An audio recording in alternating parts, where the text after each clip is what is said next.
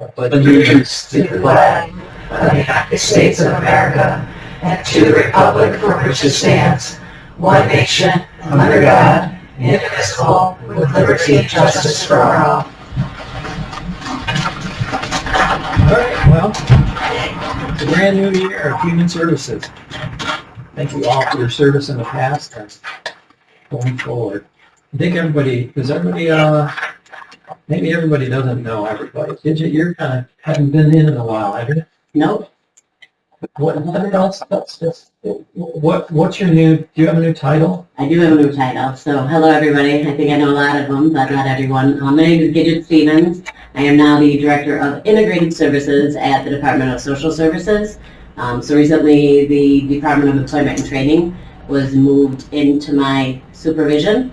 So instead of just being assistance programs, I am now called integrated because I have fraud, assistance programs, some central services for the entire agency, and now I have employment services for mandatory. So we integrated lots of stuff. And integrated. Now you can just keep adding more and you can change my name, right? We talked about that this morning. That's right. No, you get integrated when you're effective. So Amen. tribute to you. So I think everybody else is, should be, Kevin, anybody others that you haven't met, you know, Sarah? Yep. Sarah in the back too? Yep, I think I've met everyone here. Okay. All right. Let's start with our minutes of the December meeting. Any changes, comments?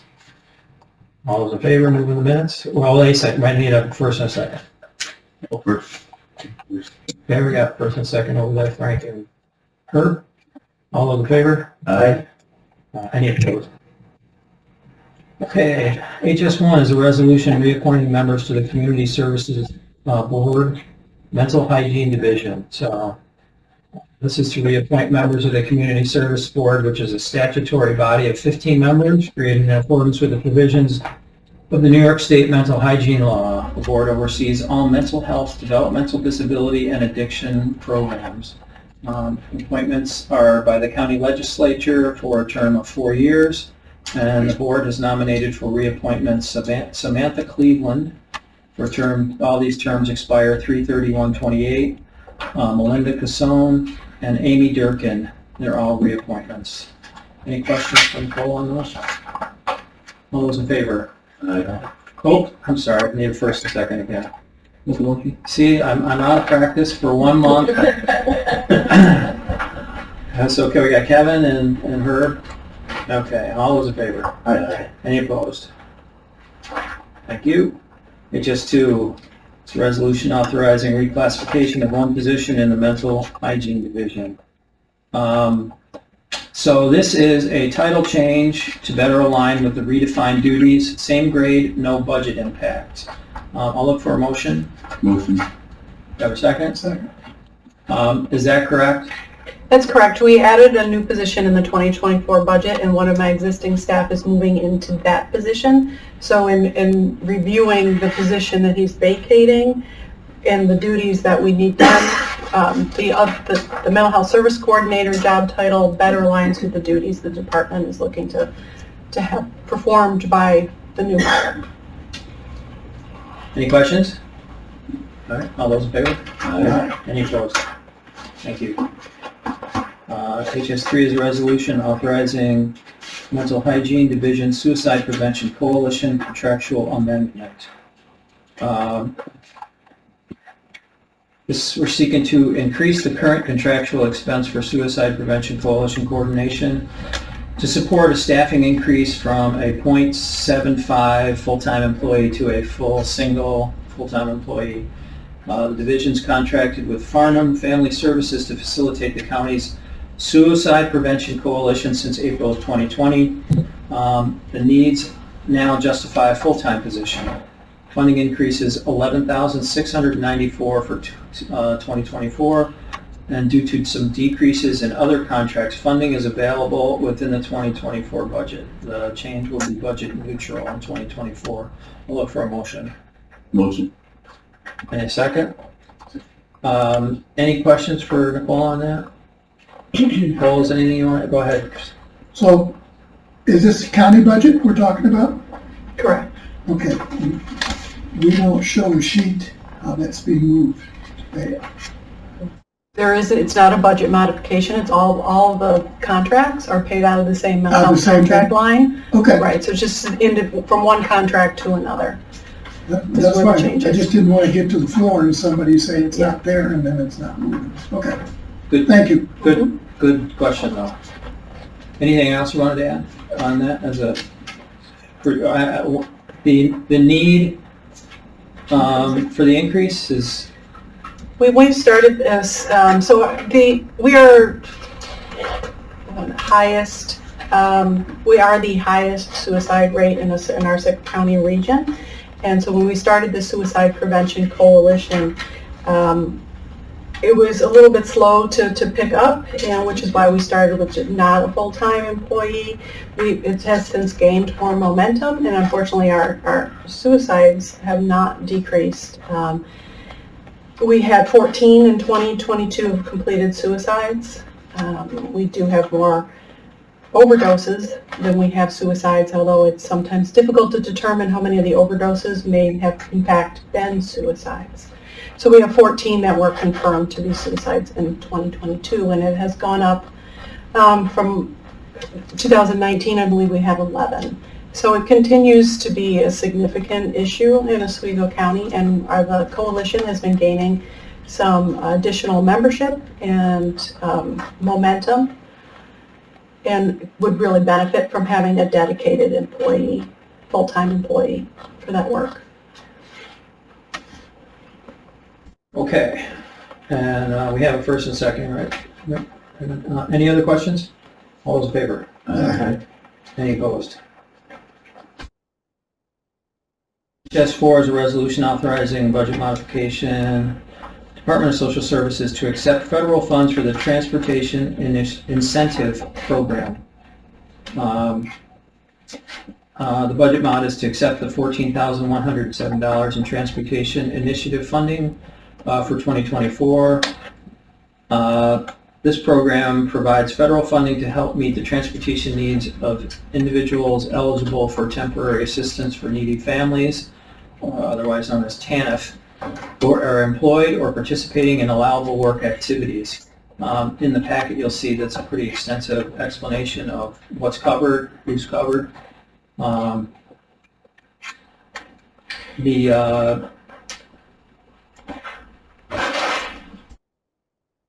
Where's the increase coming? Okay, so it's a shift within the budget, so it's budget neutral.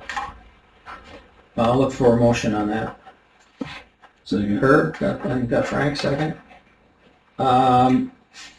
Questions regarding this program? This is a program that's been going for quite a long time, and it's useful for people to allow them to stay employed and to get into training to get them in better employment. Correct. Do you want to mention about where that money will be administered out of? Yeah, so this is funding that comes from the Office of Temporary Disability Assistance, which is under my program, but we will be passing that through to the new Workforce Development Division to actually authorize and administer this funding piece that comes through the state. Okay, any other questions? So it originally came from OTNA. Correct. Yep. It's specifically for employment, to transport for employment. And training. Yep. Transport, repairs, different other things, gas cards, that kind of stuff.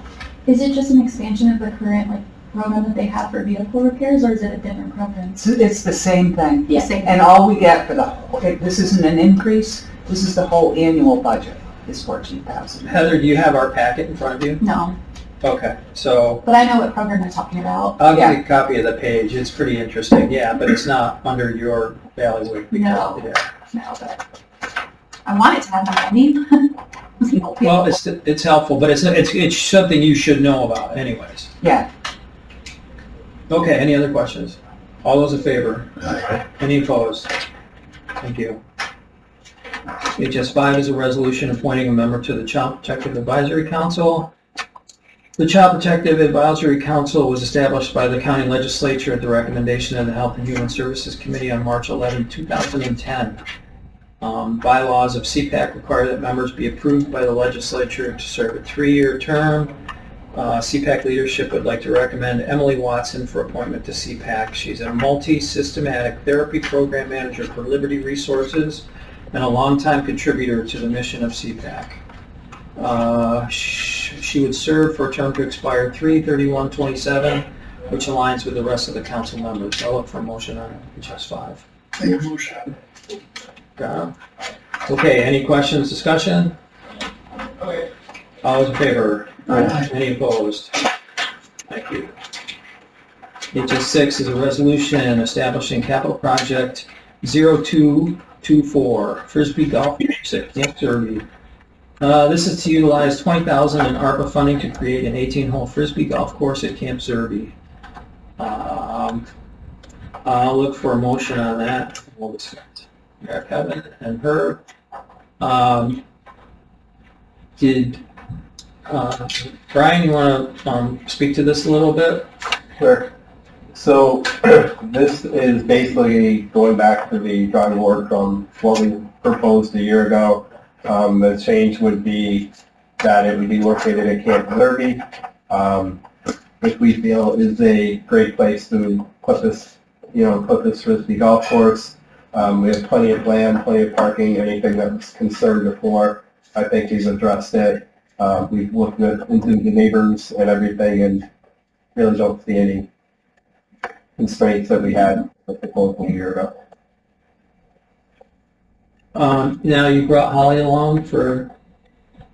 I did. I love Holly. Well, what's up, Holly? So, and what is Holly, what are we addressing with Holly? Well, I was hoping that we were gonna have paperwork and that the legislature was gonna, give Camp Derby money so they could complete the bathhouse. We put that out for bid, but we were at 200,000 short. Right. No, we do not have an answer for that yet. Oh, so we're completely separate. All right, so sticking to what we're already working on, does anybody have any questions about this ARPA authorization to do the golf course there? Yes, go. So is this the same money that we had appropriated for Derby that we're just moving it over to house, or is it different? Yeah, we had it at Independence Park initially, we wanted to do it. But Yeah, this is money that was set aside for independent. 20,000? Yeah. Okay, so it's the same money, we're just shifting it over to the camp in Oneida County, right? Yeah. Now. There's a county that starts with an O, but it's not Oneida. No, it's a beautiful place for it. It's a nice place for it. And, okay, any other questions or thoughts? Go I've ahead. been to a couple of these courses, and they do very little damage to the trail system. And I was on one down in Alabama, and it was like a 3-foot tree. It was cut off and been there for years. Just a stump. They took one of these Frisbee golf things and set it right in the center of that. So it was very little damage to the trails or anything. I think it'd be unique. I think it'll attract people to the camp, and once they know it's there, then it'll attract them for other uses there. Okay, any other questions? All those in favor? Aye. Any opposed? Brian, did you want to, while Holly is here, did you want to address anything to do with, are we going to be putting out an RFP for this and as well as trying to come up with the money to finish the bathrooms? Right. If this is approved by the full council, then yes, we'll put an RFP together to put this out, to get this going. And then separately with the bathhouse, like I said, we're still trying to come up with the final dollars to move forward with that. Still doing our homework. Guess you're good to go. Okay, thank you very much. Hey, Todd.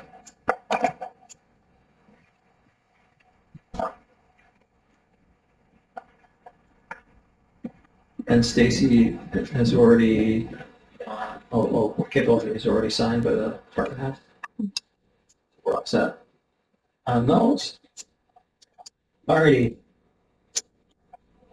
So reporting departments, we're going to start with Eric this week, or this month. So in your review from the office, we saw a total of 1,299 veterans last year. We added 489 new vets.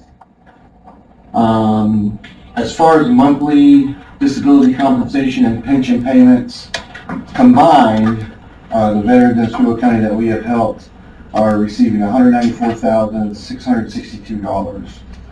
Retro payments, we were able to recover the $587,693 for those veterans who were able to be back paid. Wow. The Oswego Clinic has gotten to the point where it's so busy now that I am doing 4 days a month there. So I'm going there every Tuesday. The Pulaski office is still the first and second Thursday, and we're trying to figure out, because I'm still having people come and tell me that they don't even know we're there. So we're still trying to figure out ways to get the word out to places like Sandy Creek. I think this year what I want to do is try to order some sort of folding sign that I can set outside, so as people drive by you can see, because there's no signage there whatsoever that we're in that building. Would it be worth trying to do some sort of a press release to put in the newspaper about the new setups that you've got? That would be awesome. Try to attract, veterans to what's there, what can happen. Yeah. Can you get an interview with Ken? Did send out a news release, I think it was last week, that talked about the new hours, the fact that Oswego is going to go from twice, 2 clinics a month to 4. And we also included the Pulaski hours in that. So certainly, you and I can talk, Eric, about the best ways to kind of go ahead and keep promoting and making that more. Yeah, we've done several news releases, and then I always make sure that when I table any event that I bring that information up to any veterans. Anytime anybody calls, one of the first questions, if they want to make an appointment, I ask them where they live. If they live anywhere north of here, then, I'm in Pulaski, so I'm trying to get the word out that way. The other thing, back in November, I did an informational event on a Saturday at the Central Square Legion. Well, I started to get calls now from other legions asking about that, so I'm going to start setting up more of these informational events for the legions and the VFWs around the county. That's good. As you are aware, we at our one of the goals that we talked about with our caucuses, trying to become the first work-ready county in New York State through the ACT work keys. And I put you, so you've been in the loop on all of those emails where we're trying to create a pilot program where we're going to pay for testing, and that's just want to make sure you stay up on all that, because I think that can be really useful for veterans. The fact that we especially recently separated from the service. I met with Shinneman this morning, and it looks like they will be able to, whatever we decide to put up, we're hopefully going to be able to, they're going to match. So this is going to reunite how we started the first poverty reduction task force. It was a joint project between Shinneman, BOCES, and the county, and we're trying to restart that fire with something that we can make some noise about that will be really helpful to underemployed and hopefully for vets to be able to translate through these certifications and testing what they learned while they're in service to be able to get into some good jobs. And I think if we're successful becoming the first work-ready county in New York State, they really call it work-ready communities, but I'm going to call it a work-ready county. If we're able to pull that off in light of Micron coming to town as well, I think it's something we can make a lot of noise about and will help us to just to keep moving on that whole idea of how do we do more things that help the unemployed and underemployed back into satisfactory self-sufficiency. So keep an eye out. We'll be in touch with you about that. If at any point you decide that you want to have one of your staff become a proctor to be able to give those tests. There may not be enough people involved to take them, but, you know, just keep that in mind. There might be we might be able to do that. And the county is looking at, or what we're trying to accomplish by this pilot program is to actually pay for the assessments. The assessments cost about $100 each. So, you know, for every $100, you know, if we get somebody to pass these assessments and get a nice grade on it, they're able to, especially Novellis and Hudamaki and a couple other businesses are using this as part of their hiring practices. It's trying to get more businesses involved. And soon it looks like Oswego County will be listed as one of the affiliated that we're acknowledging the use of it. Got to talk to HR. I'm not going to get too far ahead of myself. Yes. So encouraging to hear this news. Thank you for championing this, right? This could have real impact also on our constituents. Yeah, well, I'm keeping Gidget in the loop too. So Yeah. my meeting this morning was with Rachel and Sheena at Shenman. So looks really promising, and I think it can light a fire for. You know, what's interesting about the anti-poverty task force when we did it was that it allowed us to look at doing things that augment all the services that we already have. It allowed us to look at ways via volunteers to do things that are between the cracks, augment services, and try things that we have never tried before. So that I'm looking. I already talked to one of the things we talked about doing, but we were never able to start was an ecumenical outreach to have you know, churches and synagogues, whatever. Any ecumenical group that has volunteers that want to help you do different things. And Mike Soloway looks like he's going to be interested in kind of championing something like that to get back to what Legislator LeClaire was trying to do back before COVID. And we never really got that off the ground. But we think there's going to be a lot of volunteers through that. You know, the other thing is just to look at what each of these different church groups or ecumenical groups are doing as far as their own individual food pantries. Many of them have drug and alcohol counseling type services. They have backpack programs for kids. They have Christmas programs to give gifts and things. Just to try to get some of those people in the same room to see if there's some things that we can do that either reduce redundancy or improve their ability to deliver services by scale, by working together. And it never hurts to get somebody into a church for a little while because you never know what happens. So that's a little off the beaten path, but that I wanted you to keep that on your radar, and for Gidget too. That I think that becoming the first work-ready community, we're looking at in New York State could be really useful. And by September is Workforce Development Month, so we set a tentative goal of having this done by September, and I think that's pretty doable. We're 68% of the way there right now. Yes. Are the assessments done inside of the county, or are the assessments done outside of the county? No, we have right now. Every P-Tech student is taking them when they're juniors. In fact, I got to go and deliver the certificates to this last class, and it was fun to meet them and talk to them. Some interesting kids, of course, a really wide spectrum of kids too. Some of them knew exactly what they were going to do. Some were like, I don't know, can I use this? And, you know, one of them was going to go design. He was certain he was going to work for some company in Washington State to design video games. They're delivered here. There's a person at OCO that is able to proctor. We're trying to work with them to see we would be delivering the assessments at our workforce development site. We're looking at, as part of this pilot program, to probably fund another proctor within house. And then Mexico and Fulton high schools are both using it now too. In fact, I just learned today that Fulton Savings Bank is funding the Mexico project. So there's an interest.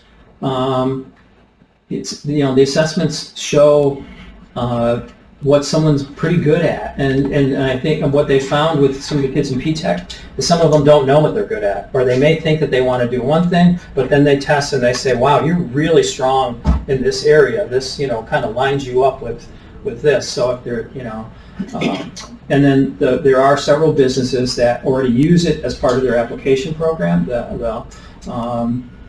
You know, I don't know how it works with us with the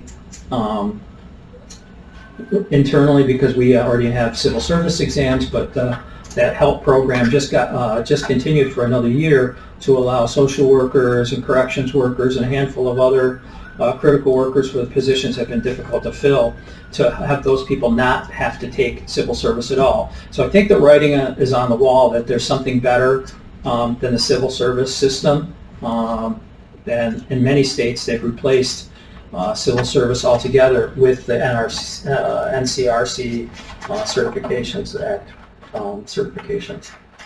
And don't I remember, Roy, that this is an evidence-based assessment tool that the same company that does the ACTs Yes. for college screening testing does this particular screen?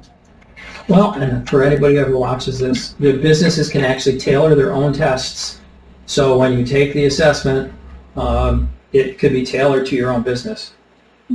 And there are many businesses that have already done that, and you know, they use them, you know, take the assessment, and it replaces essentially a first or second year of college, and or in some cases it can replace a GED. Okay, so I'm way off schedule here. So what's next? That was all about veterans. Well, that was a big tangent, but I appreciate everybody indulging me on that. I think it can be a really important. So anything else for Eric? You got different, you know, like the Platts guy office that's open certain times, and could you get a typed up form, say where your offices are, when are they open, what hours they're on? I mean, because I got 4 townships. I can pass it to the town clerk, they can post it on their walls at the town offices, and I think it'd be a good to have that, if you could type up something, Yeah, I can create a flyer. and I'll pass it up.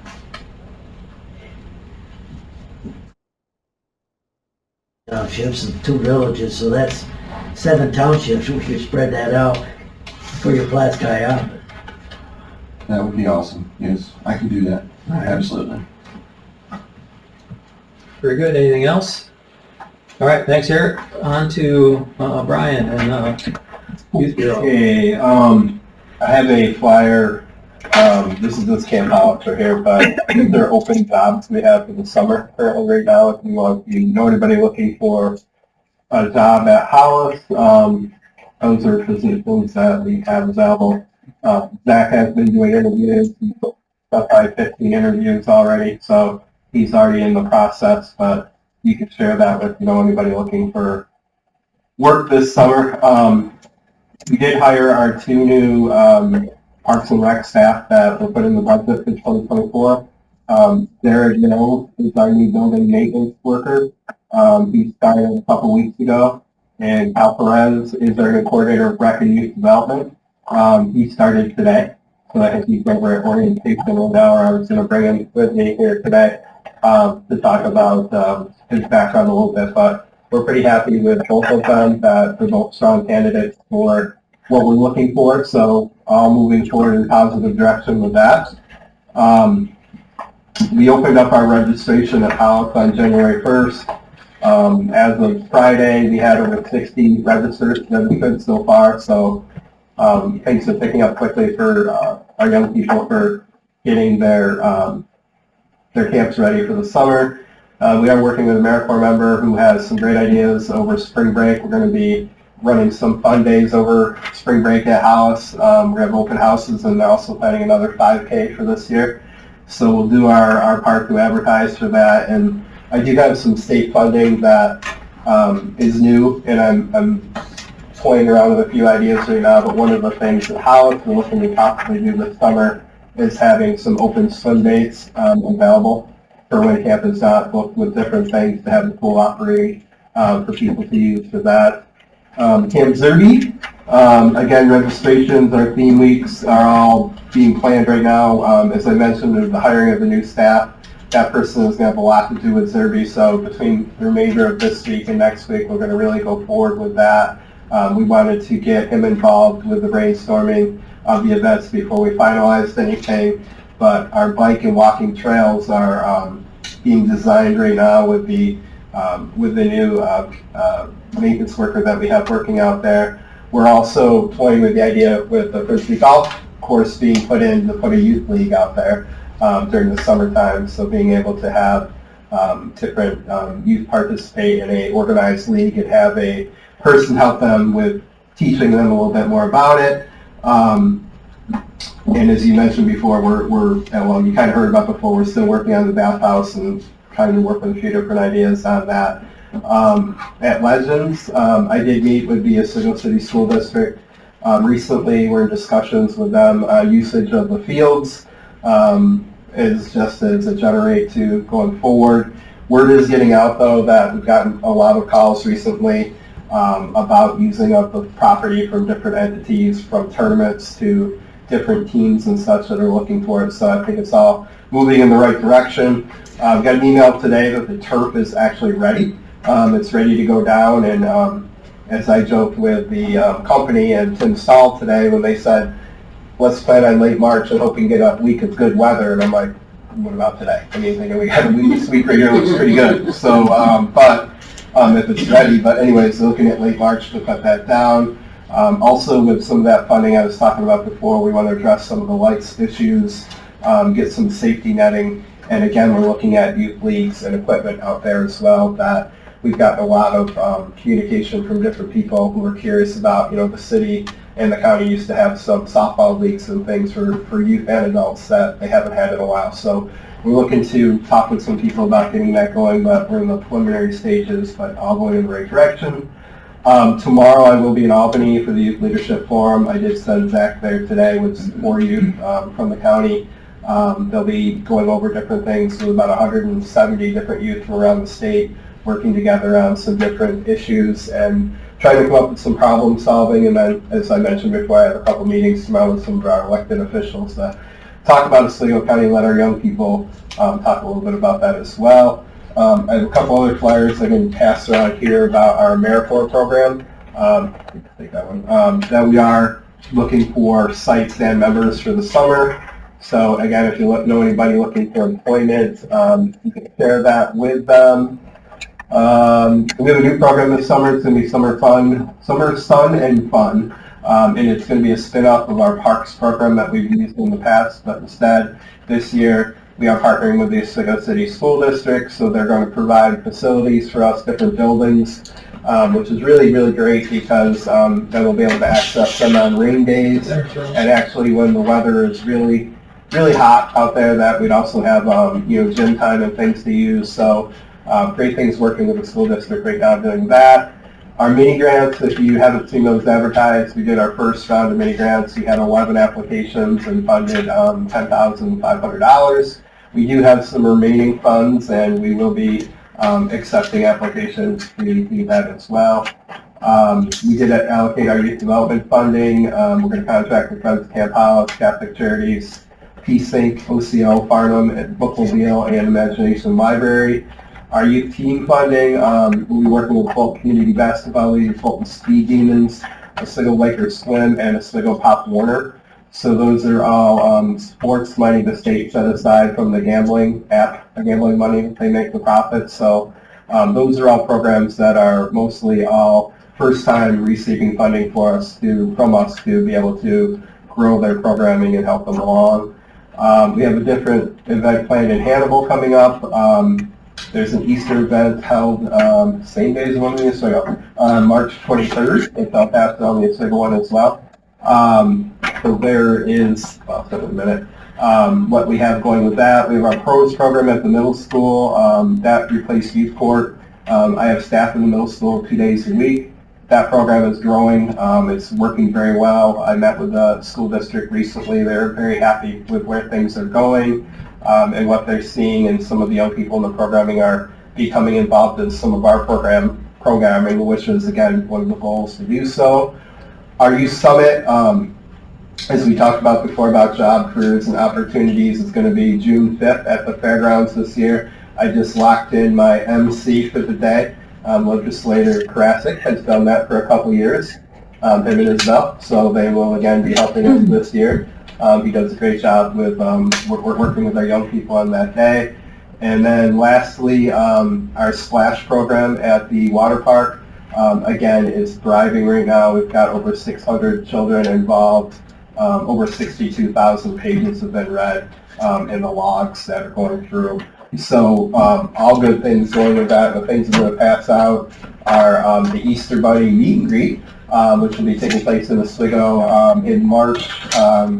February 17th is an After Valentine's Day dance, and we also have a water park day over winter break here in Oswego that we can distribute along as well. That's it. Are you the one that dresses up as the bunny? I am not. As I told you, I hired 2 new staff. So.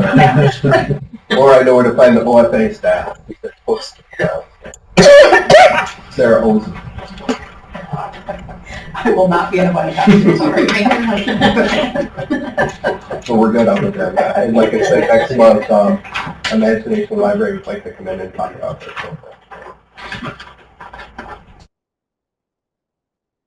All at once. Color program's working overtime again. Well, we are a city county youth bureau. Some of that is City Inc. that hopefully Legislator Hill is not listening on. It's fine. All right. It's all for the kids. Oh, good stuff. That's right. Okay, thank you. Any questions for Brian? Sarah, you are up. Well, I had sent out in my email updated. Can we go ahead and do the contract issue first? So we had 2 transportation items. One is our door-to-door transportation. It was our county transportation for Social Adult Day to Baldwinsville. We were contacted by OCO and they stated they could not continue to provide that service at the cost that we had. Our contract had ended December 31st. We had the ability to do 2 one-year extensions. And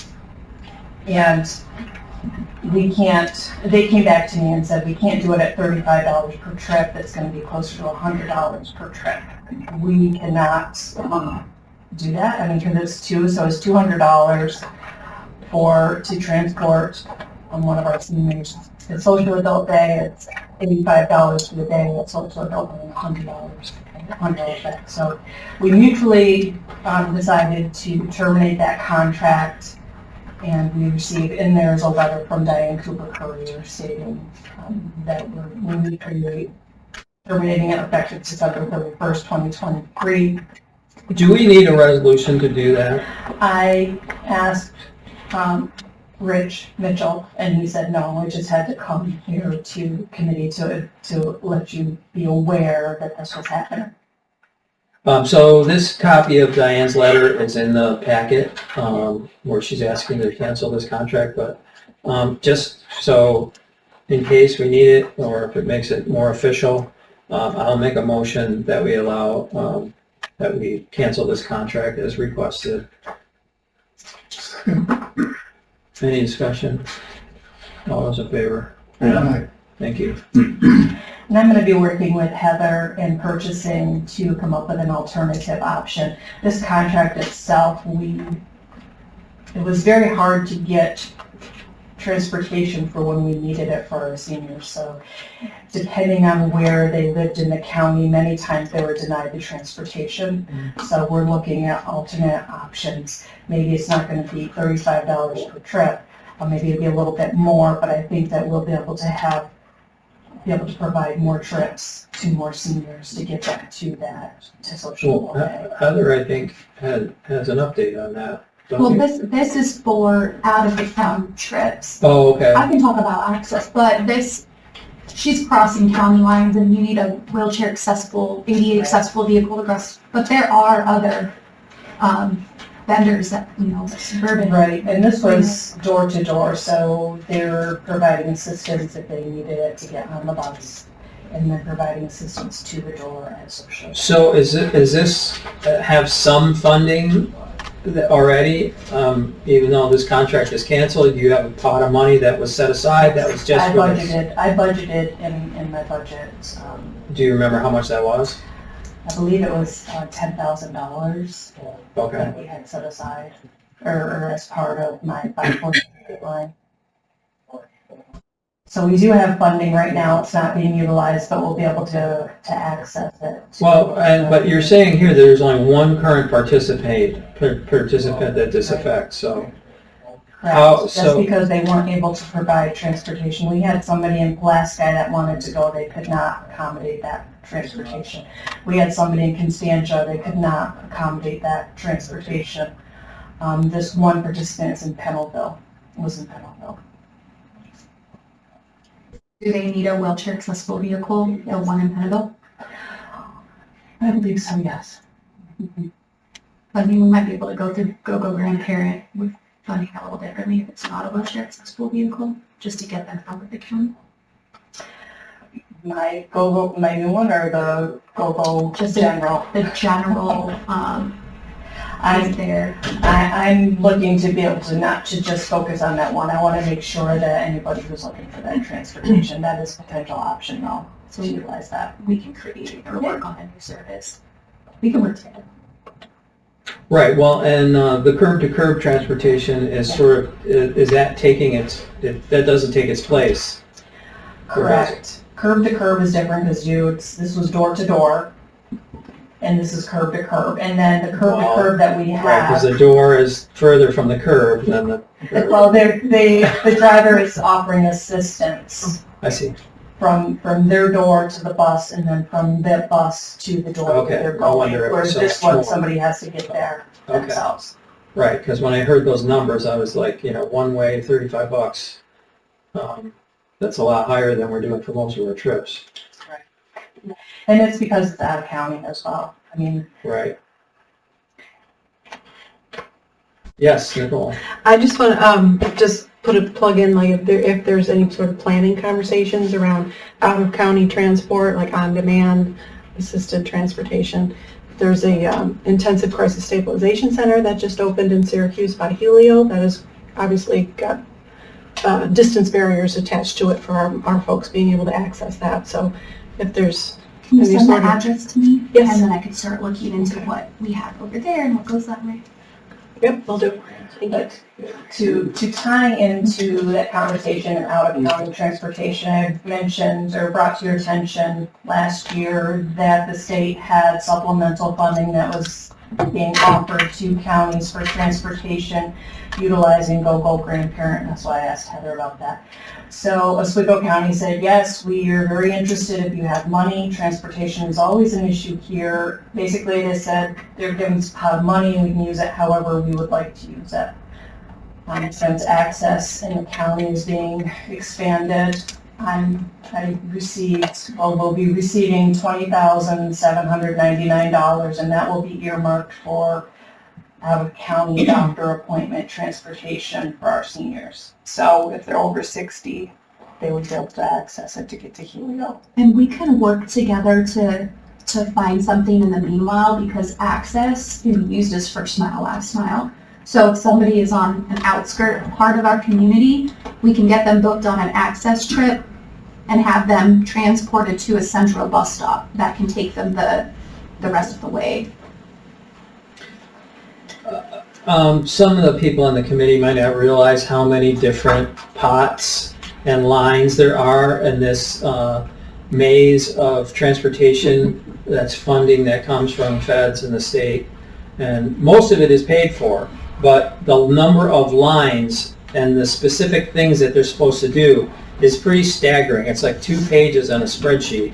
Maybe, could you share that spreadsheet that you have? Do you have that going with all the different With the funding sources by... and then what they fund? Yes. Would you share that with, maybe send it to Raven and she could share it with this committee? Sure. So you'll, just so you can see, that's how complicated it is, and that's why we've been working so hard to try to reorganize, transportation so that it functions better in the county.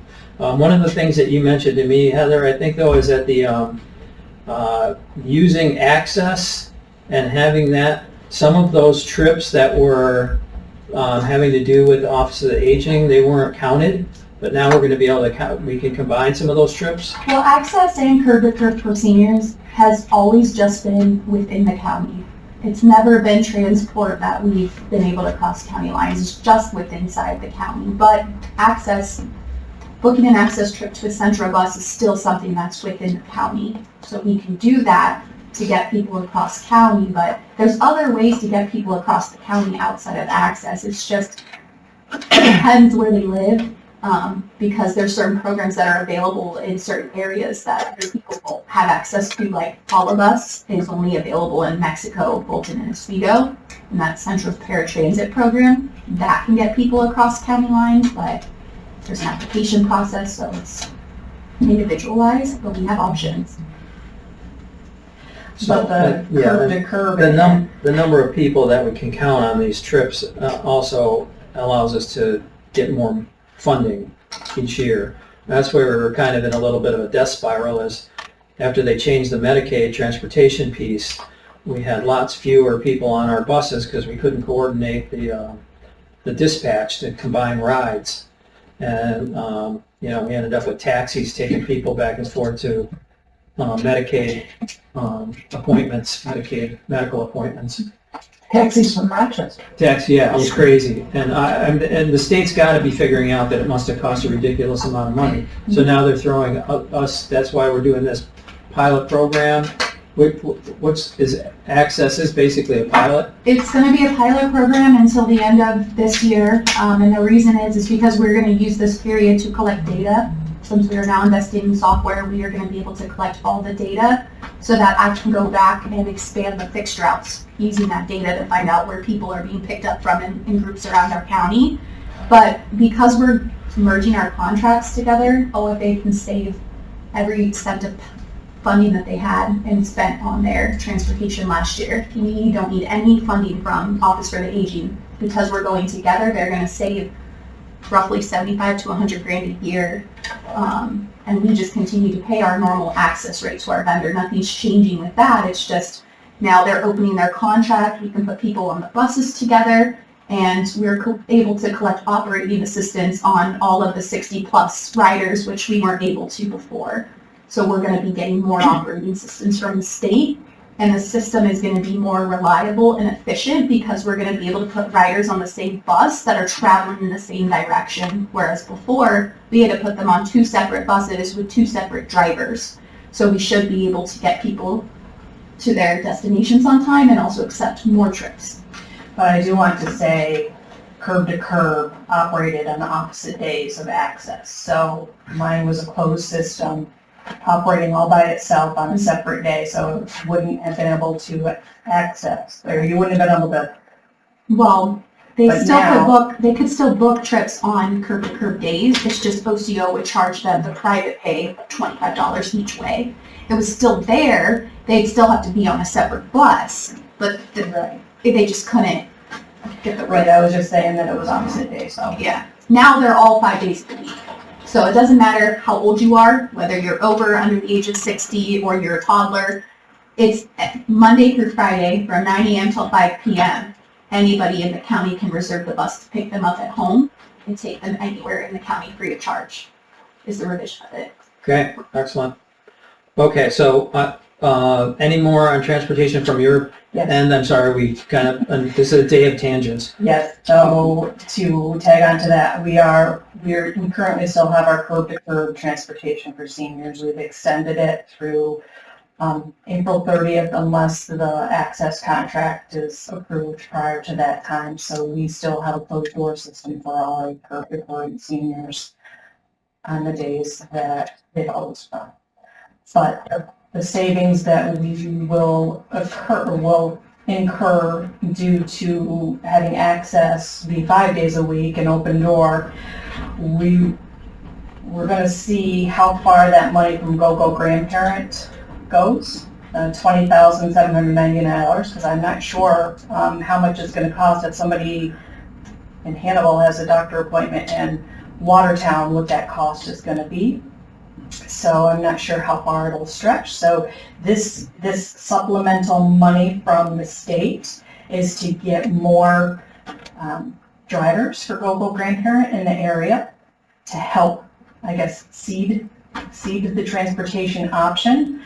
And we'll see what that is, and we'll take a look at it after we utilize it and see if we can take some of our funding once it's all extinguished to put it towards that other transportation, to be able to continue on with that option to provide out-of-county doctor appointment trips.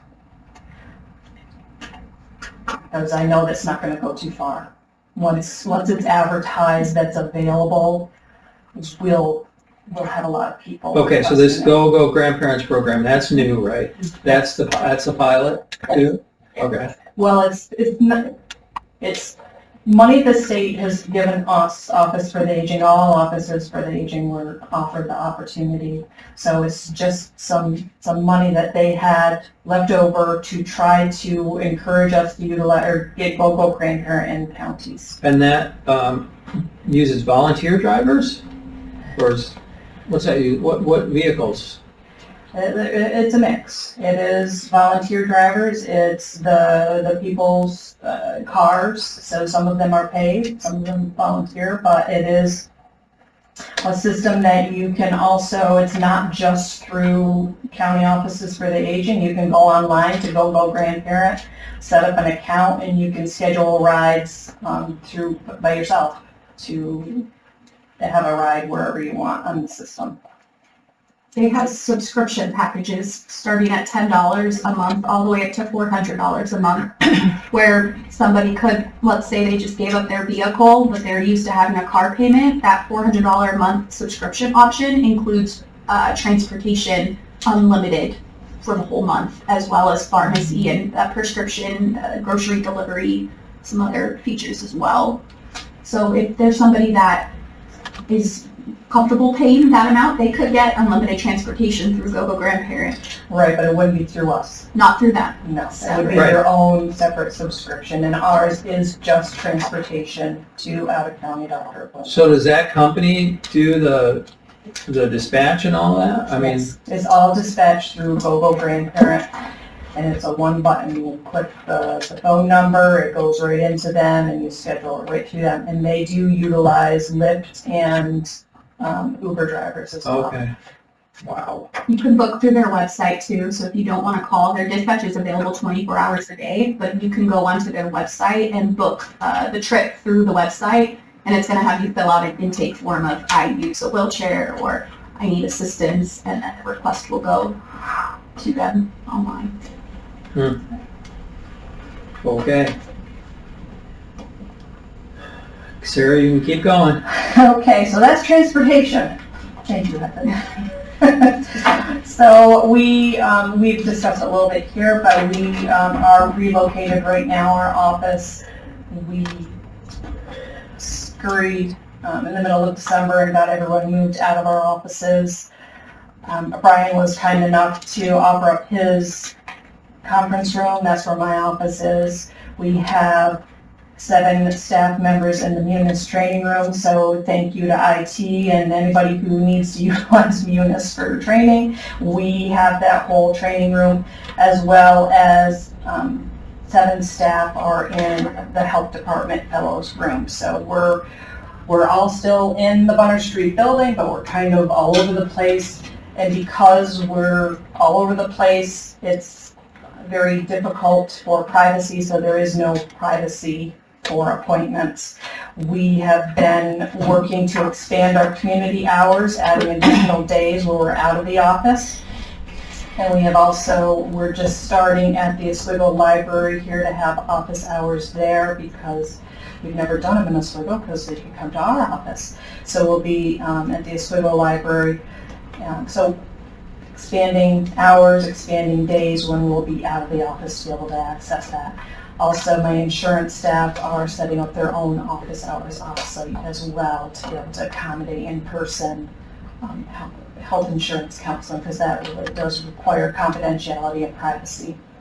And we can't be guaranteed space in our office or in our building in training any of the conference rooms to be able to accommodate that when people just walk in. So we're hoping that it'll be the 8 to 10 months that they have stated, as opposed to 12 to 15 that we all know that when you do construction there are delays. But they are moving quite fast over on the other side. We don't have access to be able to go into the building, but when you drive around the building, they've got the lights on inside, and you can see how the progress that's being made. I drove around the other day, and you can see from one side all the way to the back hill, so all the walls are down in between the hallway and where our office was. So I'm quite excited to see what it's going to be when they're finished. Any questions on our office space moving? And if you have any particular area you think that we should go and participate and have office hours, if you hear anything in the community that I can't get to the office and or I drove there and they couldn't see me, we're happy. We're looking right now. We're Albion. We reached out for our insurance to be up in Albion. So we're trying to get to where the people are to accommodate them. We're also looking in your packet that I passed out. We're looking for senior, older Oswegonian of the year, Oswego County resident of the year, volunteer. The state is back to in-person, so it's a little earlier this year. We need the nominations back by the end of this month to get to the state office for the aging. It will be in person.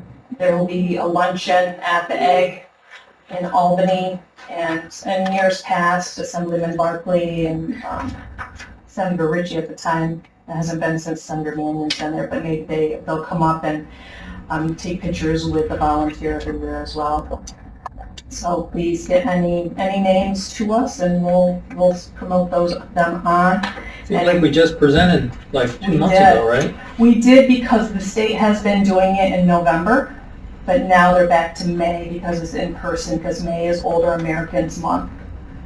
So they need it. They need the nominees by the beginning of March so they can all get in the book. So they create a book that is shared. So yeah, so this one's a very quick turnaround time. Okay. March for Meals will be celebrated the week of March 18th, and OCO is organizing the events because they are our meals provider, and I'll be providing them with our Human Services Committee list to send out an invitation to you to see if you'd like to participate in it. So if you want to participate in a home-delivered meal route or go to one of the dining centers, you'll be receiving that invitation to participate if you'd like. And I just wanted to share that I'll be submitting a letter to the editor regarding the state's budget and the inequities for senior services. The older people of New York State contribute $72 billion to the state taxes, and services for aging through NYSOFA is $200 million, which is less than 1% of the overall state budget. So we had a difficult year this past year with the cost of everything that was going up for aid services. From 2021 to 2023, we had almost a 56% increase in the cost of aid service. That isn't bringing additional people on for aid service. We have about 65 people that receive aid service through the Office for the Aging. back when I first started, we had 115 people that were receiving services. Our aid services include personal care as well as housekeeper chore type services. And the increase, mandated increases for the home aides, the raises that they got, which is totally justified because there's not enough aides, so because they're underpaid, so they have that increase. The managed long-term care agency received additional funding, and that's for most people who have Medicaid services. But the offices for the aging did not really receive any increase in the amount of money we received to cover the cost of aides. They're the same aides, so they're going to go where they get the higher amount of money. So we have to pay a higher amount, or else we will not get the aides to be able to go into the homes of the seniors who are non-Medicaid.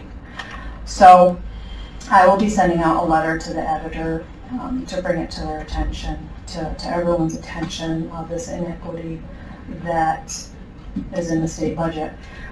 When the whole budget is $200 million for the state office for the aging, when they're giving $200 million for pools, which are justifiable, but aging services to keep our elderly in their home safely on the average cost of $10,000 a year, as opposed to being placed in a nursing home, the average cost of $140,000 a year.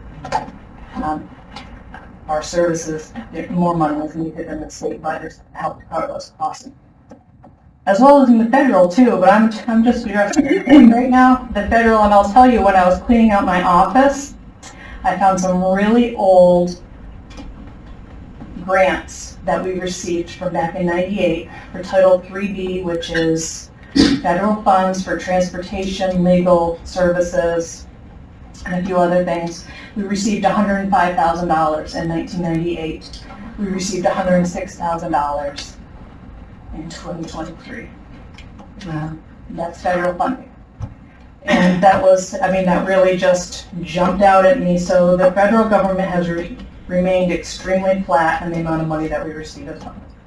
So. All right. Yeah. Look forward to seeing that. Any questions for Sarah? All right. Saved all the best for last with your whole crew. Thank you for your patience. Yeah, no, everything was very interesting. So you did receive a report from me, and in that report, I let you know that I resigned as the commissioner effective June 22nd. So I'll be retiring after 44 years in social work. Congratulations. Thank you. Thank you. I know that our committee will do the best it can to help that be a smooth transition. Yes, yes. The department is still very fragile. There's no doubt about it. And morale is waxes and wanes. It's particularly difficult right now on our first floor, and we'll be addressing those issues today with you. It really has been an honor and a privilege to serve this community. And my success and everything that has been accomplished was by the team that I work with. We have the most incredible senior management team.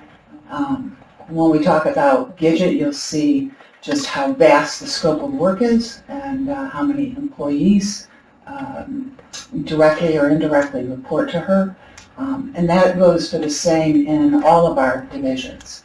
I often refer to social services as kind of a conglomerate in the business terms, in the business world, because there's so many different investors and so many different kinds of programs with different missions behind them. And so it is not for the faint-hearted to be in my role. You have to have pretty thick skin. It was interesting because I had gotten connected by our HR director about qualifications. And the state insists on some minimal qualifications for the commissioner, depending on the size of the county. And so Julia thought that there had been like this real big spike during my tenure of cases, but the fact is, right before I came in 2016, the total number of cases, now this is across all the divisions, so services and financial assistance, all the different services, was 26,790, so almost 27,000 cases. And in the close of 2023, we had 20,868 cases. So, say that number again. 20,868 cases. So 6,000 less. Yeah. So, so we're in group 3 for commissioners' qualifications, which means they have to have at least 5 years of experience. Do not hire someone with just 5 years experience, I'm telling you. I don't know why that's the minimum, but I can tell you that it takes a lot of savvy and a lot of knowledge of the social services arena. You want to go for your most qualified. It is a great responsibility that's shouldered in the Commissioner's office. I also am pleased to tell you that I'm slow and steady wins the race, that I am producing an annual report this year. I haven't done that the last couple of years. Have been a very heavy burden. I just did not have the kind of hours that it takes to put into an annual report that covers the full scope of social services. But there'll be 5-year trends in there with all our different programs, brief narratives about the program so you have a basic understanding. Remember, we are state administered. No, that's wrong. We are state supervised, locally administered. So although we administer all these programs, we abide by all federal and state statutes. We don't make anything up. We have to abide by all of those statutes. And it's, again, a pretty broad spectrum.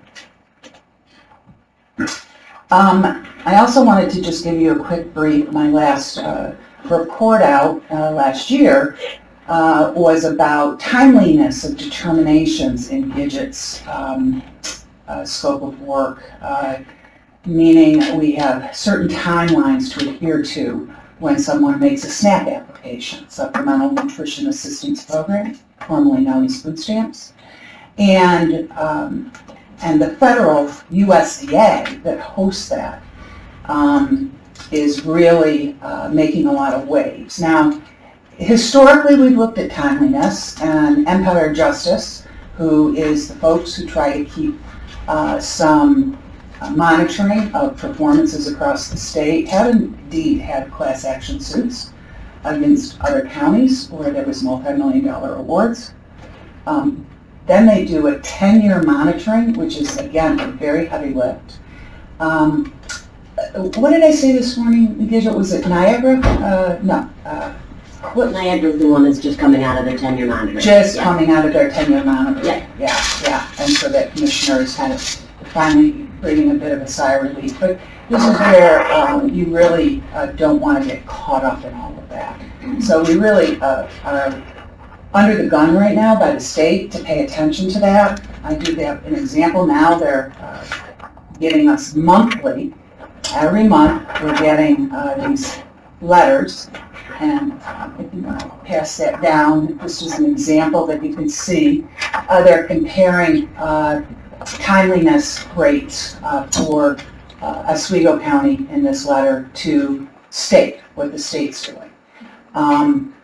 But with other counties that have experienced the threat of a lawsuit or have lost a lawsuit, it only takes one case that's not timely, and we lose. So we do not want to get caught up in this. We need to get our staffing up to snuff because we risk a lot of liability otherwise. I also want to mention, there was a lot of attention paid in my first few years here, and through the anti-poverty initiative as well, about the benefits cliff. And how when people go to work, they fall off this cliff and all of a sudden they can potentially be a little worse off than when they were on benefits, which I don't agree with that, but there was some validity with cases. But now they have put in some new policies and regulations on ways that we do temporary assistance budgeting. Do you want to talk just a little bit about the 6-month earned income?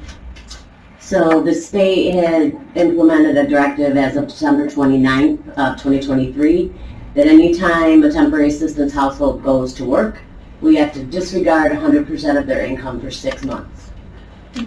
So none of that income can count against their cash grant, but all of that has to count against SNAP. So not only have they implemented this mandate, they've made it even more difficult for our staff to administer it, because typically when a person's on temporary assistance, they're on SNAP.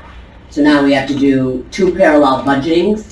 We have to educate the individual about the impacts that it has to both of those grants and let them decide if they want to continue or not. Unfortunately, most of the individuals who receive full cash assistance, in their minds, to have 100% disregarded is what they're going to go for, because they don't understand the impact it may have on other transitional support services that we can offer for individuals who close temporary assistance.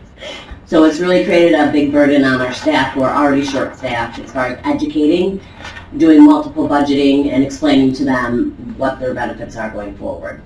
The biggest impact to us, obviously, is that the state continues to make mandates on our safety net population, which we currently pay 71 cents on every dollar. So they refuse to move the 50-50 back to where it used to be years ago, and we continue to have to implement state mandates that cost us the bulk of the budget. So that went into play. We've had, I think in January, our entry to employment was maybe 15 or 16, I don't remember, Stacey, I just got those reports. But so all of those households now, we can't count any of their income for 6 months, regardless of what it was prior to them getting the job, unless they go over a certain state median, and then they're required to report it to us at that time. And icing on the cake for that is there's no system support on this. All of what you just described has to be manually done in-house until the state can figure out how to better monitor all of this within the state system, which, if you recall, is welfare management system done in the 70s. You know, COBOL, DOS. Yes. It's not a relational database. So, so this has really been a burden. We pushed back hard with the state, but the governor signed the law, and it was effective January 1 or December 29. December 29. And it's once in a lifetime, so if they move between counties with no system support, we have to manually reach out to other counties. There's no way for us to track in a system if that individual received this disregard in a different county prior to coming to ours. So we have to ask additional questions at interview. We have to reach out to other districts to try to get that information, because they're not expecting the system to support it until September. And I just want to say that this is the kind of stuff we've seen come out of the state over the last few years. This is one of many examples. First it's waived, then it's back in play, and it's been a moving target. So wanted you to be aware of that as well, because that will certainly increase our safety net expenses. Well, you have some sort of an alliance of other commissioners. What is that? New York State Public Welfare Association, NIPA. And you guys advocate all the time for policy changes, and they just don't listen. Right. It's amazing. Mm-hmm. Yeah. On to another topic. I'm pleased to say that we have successfully been able to get the contract in place with the Sheriff's Department. We actually just expanded our deputy security contract to include, and the sheriff has placed one deputy in our Child Protective Services unit. So we're very, very pleased. You know, when we first got security in our building a few decades ago, we started with one and we're up to 4. I do predict, as the sheriff's is more successful with his recruitment and retention, that this will be further needed. I've said before at this table, I just have never seen anything like what we're seeing now in the community. You know, when I go back a ways when I was knocking on doors as a CPS worker and as a caseworker, but it's not the real dicey, volatile, really violent, threatening behaviors consistently with our caseworkers and our staff, including in office with people who either have a medical emergency, OD in our lobby, pass out in our lobby, ambulance comes, or the kind of acting out. I think I did tell you last year, I'm not sure if I did or not, that we had an altercation and one of our deputies broke his ankle. He's still out on leave from having to subdue a client. So it's dicey out there. Sarah, is there anything with the deputy being embedded that you'd like to share? He started today. He started today, just that we've been really looking forward to this day, and we're very excited and thankful to have him be able to go out with caseworkers in situations that are unsafe. So yeah, looking forward to it. We really could use it for other parts of our agency, Gidget's fraud investigators. So I know we'll get that one up and running and very, very busy. And then the sheriff also put another investigator. Thank you for supporting that new investigator position at the sheriff's, and we're unable to provide any reimbursement for that. The deputy who will be with us is part of that overall security contract, and so we'll be receiving 75% reimbursement for all those deputies. And the deputy that's primarily CPS, but will be going out on some of the other programs. That What's the primary job of the investigator? What's he or she looking for?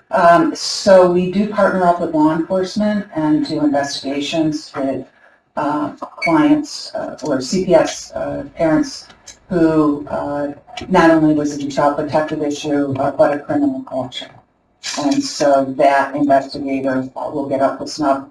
The one that we work with the most is retiring, and there's another couple that we work with, but I think the vision is with an investigator that's spending time within our CPS, because that person, the investigator and the deputy, will be embedded in our CPS operations. So it's not to do with fraud, it's more about abuse and physical assault issues. Okay. Correct, that's where we're beginning. Gidget and I met a lot with the sheriff and with his lieutenant last year about the fraud issues as far as investigations, and we're hopeful that the DA's office will be able to kind of pick back up on prosecuting our fraud cases. But we haven't had I always thought it was nice when we had a mugshot and a story in the newspaper about those. Yeah, there's less of that now because automation has helped us nip fraud right in the bud. We don't even open it. Back in those days when we had the mugshot, there was not as much that we could glean out of databases, and So you're better at stopping it or catching it sooner. Yeah, exactly. Before it's a felony or... That's exactly right. Okay. Yep. So we're pretty excited about that. I also am pleased to report that we have successfully onboarded in January a nurse. I think I let you know that Public Health, our Department of Health, decided they would be unable to do our personal care assessments. It's mandated by the state that the Department of Social Services, our caseworkers and Adult Protective do the social, and then there's the medical piece to it. And due to their nursing shortages, they said they were unable to do that for us anymore. So we hired a gal who just retired from the Department of Health.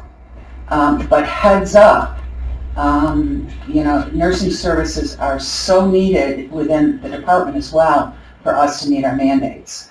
And I don't really know how long a tenure this gal will have with us. So I'm feeling like it's a short-term solution for us, but we're not in a position where we can say, sorry, we don't have enough staff, we can't do it. And that's a part-time position, or is it is as needed, or? No, we're always needing to go out on the personal care services. So these are the Medicaid versus what you do with the non-Medicaid. We're on the Medicaid side, and it's all through our adult services. And it's very difficult to find personal care aides. And we have seen them have to go to nursing homes because of not being able to get enough aging at home services. So it is something that all of our communities across the nation are facing. What we need to do is incentivize through wages people who go in and take care, because look at that cost savings. And the quality of life for someone who can age at home versus going into a nursing home. They have a better quality at home than. Absolutely, yeah. Yep. We did receive the Burke study, and it's my understanding that most other departments have already provided HR and our administrator feedback on that. We have not yet. It's a lot to get our arms around. We have some particularly unique issues going on at DSS, and so how we adjust wages and wage schedules, and this is like mind-blowing.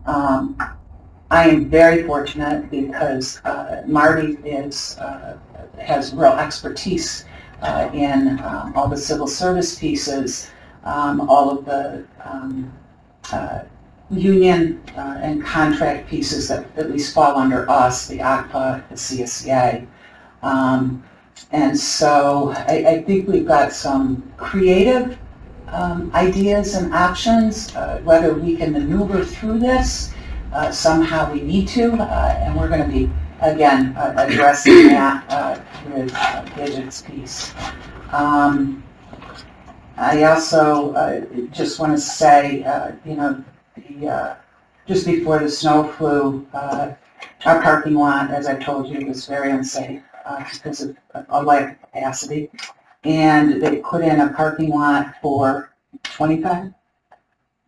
I think 20 to 25. 20 to 25 cars. It's, temporary until the new parking lot is. That and our parking lot is full all the time.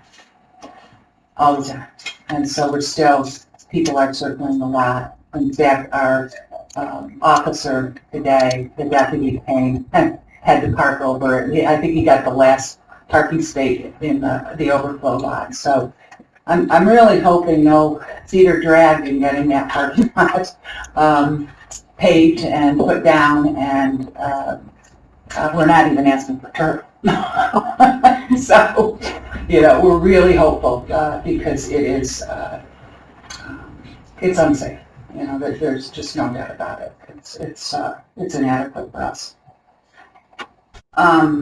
And I did mention and really invite Jim, you out to take a look at our disabled access. It was the next priority once we got parking. It was my next priority item for our building. It is, it's not safe either. And We'd be so, more than happy to do that. yeah, I really would love to have you come out.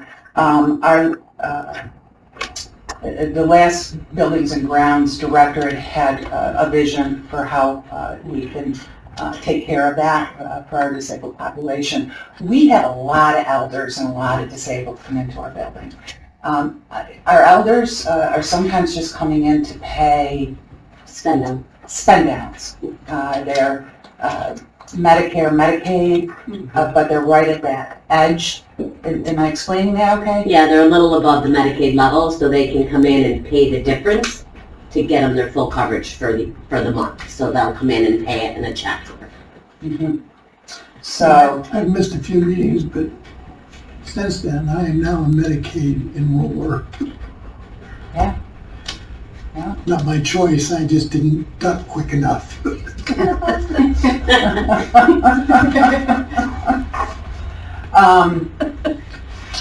So my hope is that that would be the next kind of B&G project to be looked at.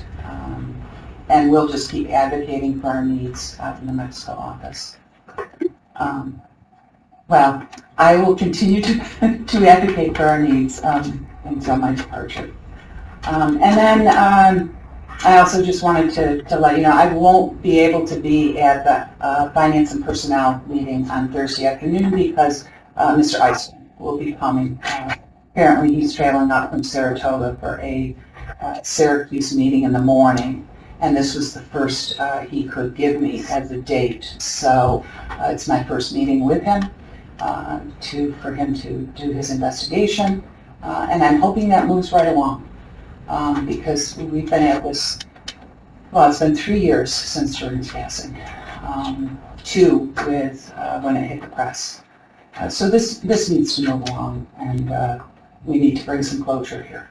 So I'm hoping whatever the Board of Legislators are looking for, you find, and we can take whatever recommendations you provide for us and move this along.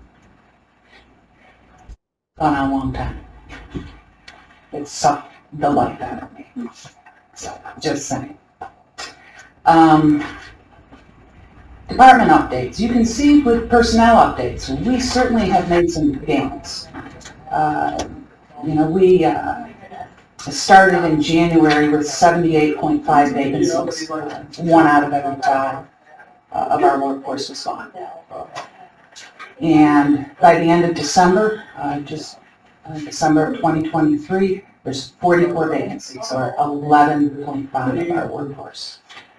What's important to understand is we are not out of the woods yet.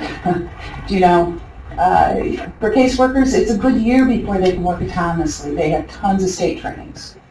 For Gidget, if you look on page 2 of my report, you'll see the gains we've made with caseworkers. If you look at, on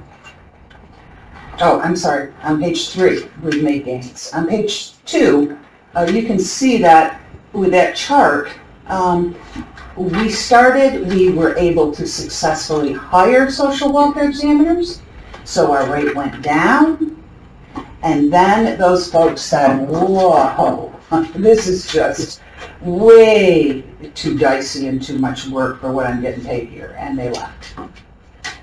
We put all of that time into training that those workers, and they end up leaving. And so up went the quits again. And so we started with 22.2% of our workforce in social welfare examiners, and we end the year with 22.2% of our workforce vacant.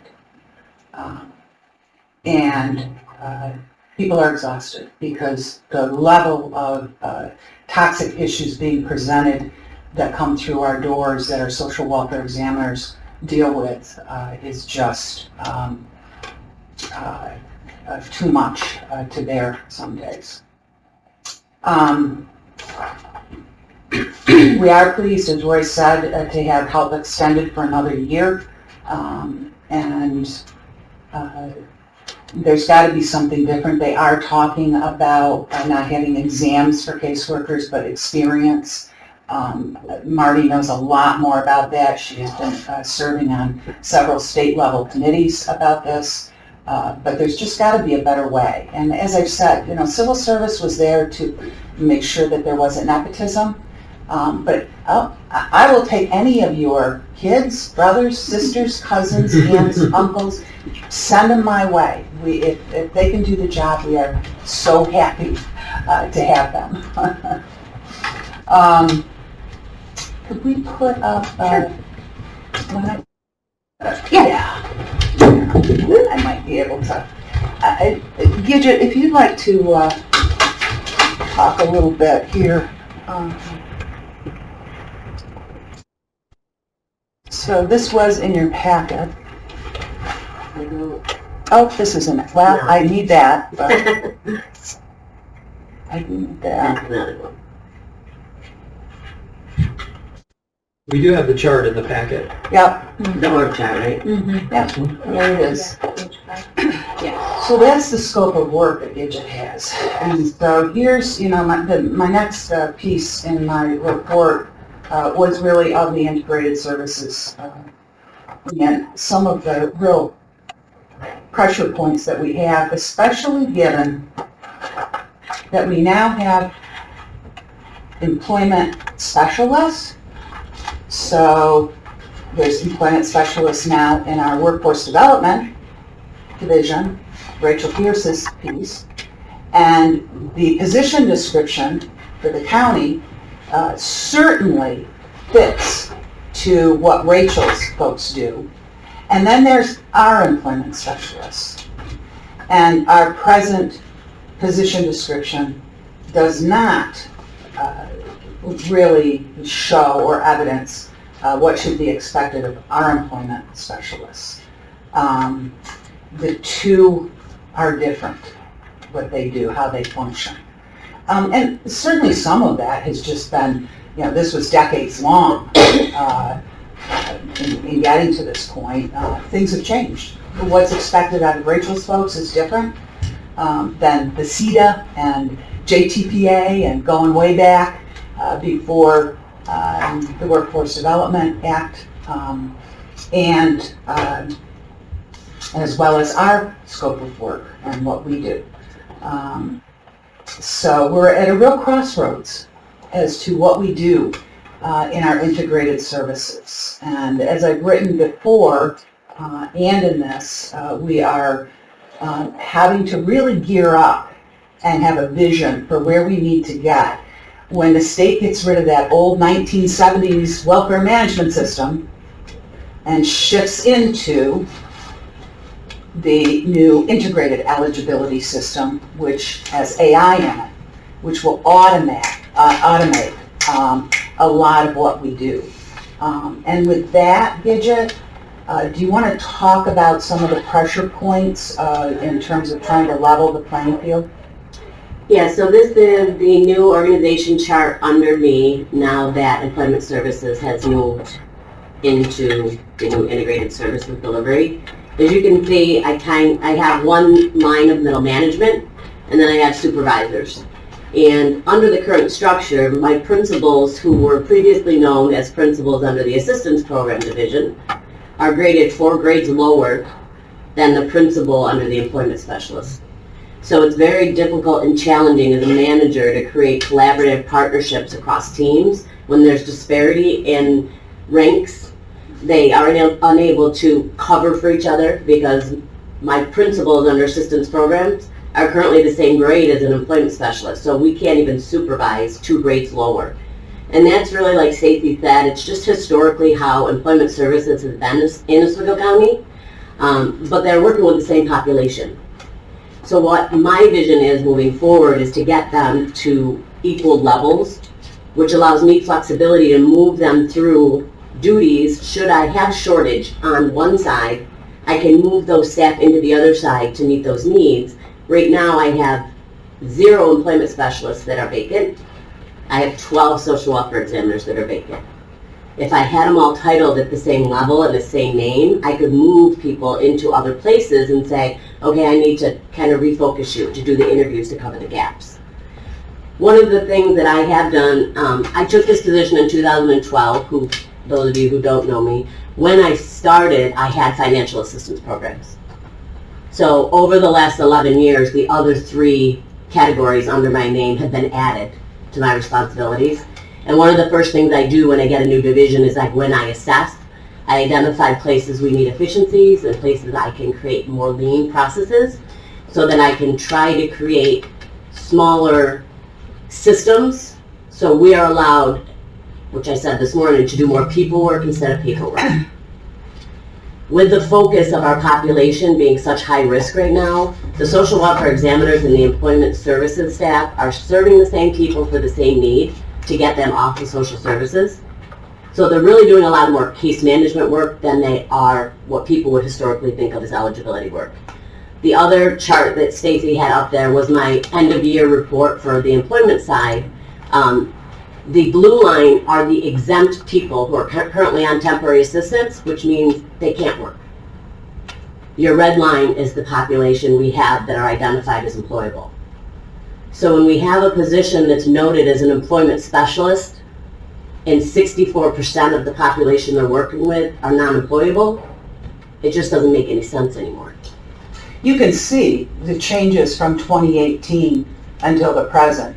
We had a lot more that were Employable, and as we do now. And that's just the way that our population, our environmental scan, everything that's happening in our communities nowadays, you know, our active caseloads have stabilized. Yes. And as Stacy indicated, they've gone down. Our applications are through the roof, which creates a lot of extra work for us because we're interviewing, we're collecting, and we're denying. Because people right now, with the economy the way that it is, they're throwing stuff at the wall and waiting for it to stick. But a lot of them aren't eligible. So we're seeing trends that our populations that are on assistance are truly people who cannot maintain self-sufficiency just by coming in and going to get a job. They really need a lot more hand-holding, which I would like to see these positions leveled into something more in the line of a social service specialist that allows me to let them specialize in different categories, whether it's Medicaid, whether it's temporary assistance, whether it's employment services. As a manager, I think you have to be proactive and you have to look at forward trends, and the computer systems that are coming are going to downsize the amount of paperwork. So we really need to start bringing on staff who can handle the people work. And because of the rate of pay that the examiners are currently getting, the candidates that I'm getting for those positions aren't always qualified to do that paperwork. They need to be more at the level of the grade 10 employment specialist so that they can work on even fields. As well as my managers right now, that disparity is just a real struggle for me as a manager to try to get them to work in partnership together. So those are the things Marty and Stacy and I have been kind of working at to try to come up with creative ideas of how we can get them there. I know the wage study is out, and as you guys review it, this balancing would not ask for any type of increase on the employment services positions. We would just want to level. So depending on what those numbers look like, they might actually balance out, and because of the reimbursement we get, I don't think that it's going to be that much. So this change took place after the wage study, or is the wage study? The wage study will validate what we need to do. This change has been going on, Jim, but because now I have employment services and I've been in there looking at process, and I've been meeting, you know, what are the populations you're serving, what is the work you're doing.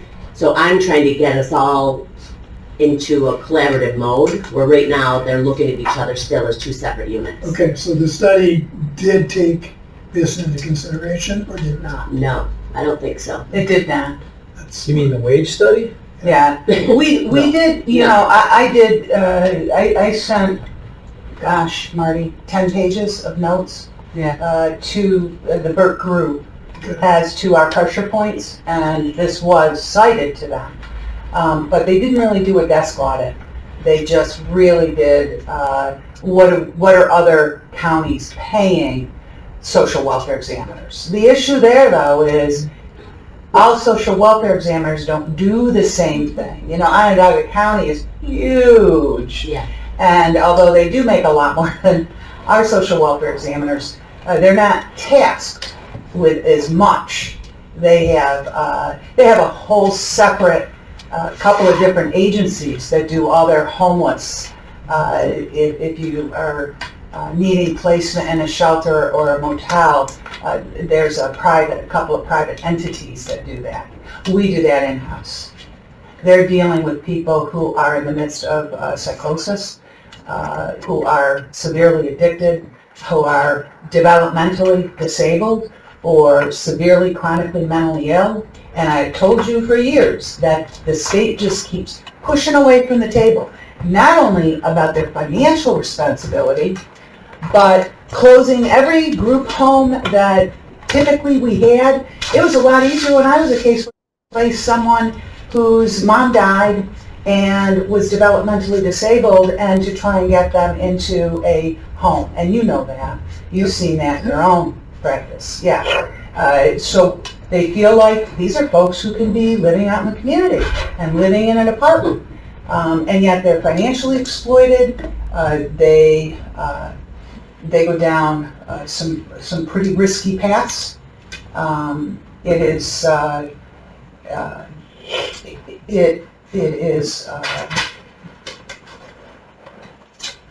it's unconscionable. I don't understand, and I have screamed real loud with the state and talked to all those commissioners at a state level, as has NIPWA, has others.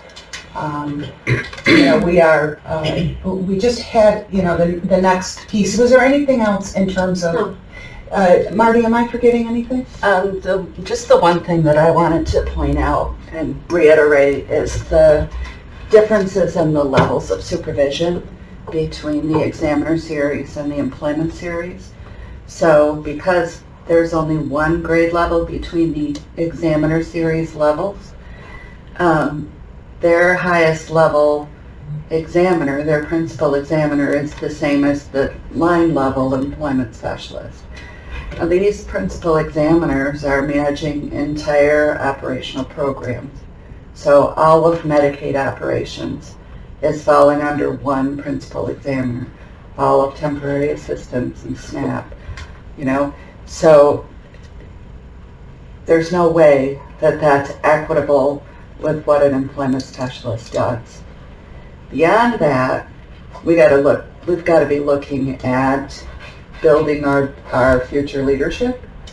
And when you're at a grade 8, making, what do they make now, $21? $20 and something cents an hour to start. To take the next level and become a supervisor, you get a 6% increase. So they get a total of $45 a week gross to become a supervisor. And it's just not worth it. So, we need to be able to provide better opportunity and try to encourage people to step up to that. So this is going to have to be in coordination with the CSEA to be It's going to be union, HR, and then really how this fits in. I don't pretend to know what you need to do with the other departments across the county. I mean, why don't you focus on doing it for yourselves and work with Julie a little bit and see what we can put together as a proposal so we can bring it to CSEA, and let's do it sooner than later, because there's going to come a point in time. I mean, we did budget money in last year's budget to begin some of these changes based on the wage study. So there's going to come a time we're going to say, okay, we need to kind of do these things wholesale. So the more that's ready to rock and roll, the better. Yeah. So do that. Now the other reason, one question that always comes up when we start changing things within the first couple of months of the year is, why didn't we do that during the budget? Well, we didn't finish the switch of switching. It wasn't until November that we finalized the new workforce development team in-house, or the new director of that, to separate it from the DSS division. Yeah. Okay, so. Which I applaud. I commend that move. I think it was the right thing to do, and it was good timing for us. But yeah, you can see how that pushed on our own social services system and how we've set up our organization. There's a lot of fixing to do.